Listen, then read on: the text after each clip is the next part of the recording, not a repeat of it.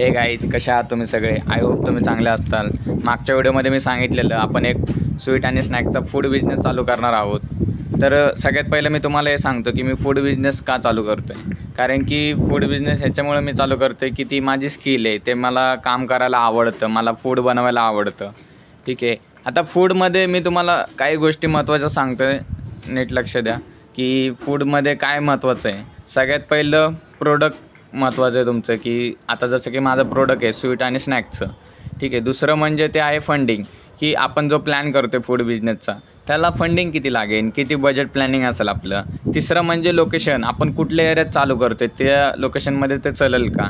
ठीक आहे. चौथं म्हणजे की आपण क्लाउड किचन ओपन करतो आहे का, ऑफलाईन स्टोअर ओपन करतो आहे का, आपण दोन्ही चालू करतो आहे. ठीक आहे. पाचवं म्हणजे सगळ्यात महत्त्वाचं आहे फूड लायसन. फूड म्हणजे फूडसाठी कुठले लायसन आहेत, नाही का, कुठले गरजेचे आहेत.